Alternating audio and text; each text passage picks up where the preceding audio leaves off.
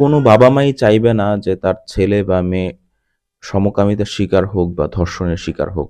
Available মাদ্রাসাগুলোতে আমরা ধর্ষণ, সমকামিতা এই বিষয়গুলো প্রতিদিনই দেখছি। সপ্তাহে ৭ দিন, মাসে ৩০ দিন, বছরে ৩৬৫ দিন। তো এই যে বিষয়গুলো আছে, আমি যখন মাদ্রাসায় পড়েছি তখনও ছিল, যখন আমরা মাদ্রাসা থেকে বের হয়েছি তখনও ছিল, এখন যখন আমরা বড় হয়েছি এখনো আছে।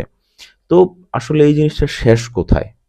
এই সমকামিতার, মাদ্রাসায় সমকামিতার শেষ কোথায়?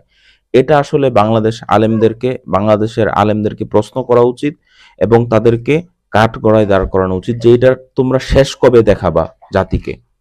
যে কোনো মাদ্রাসাতেই সমকামিতা হচ্ছে, যে কোনো মাদ্রাসাতেই ধর্ষণ হচ্ছে, এর চেয়ে বড় নিকৃষ্ট কাজ আর কি হতে পারে? যেখানে এই জিনিসগুলার বিরোধিতা শিখানো হয়, সেখানেই যখন এই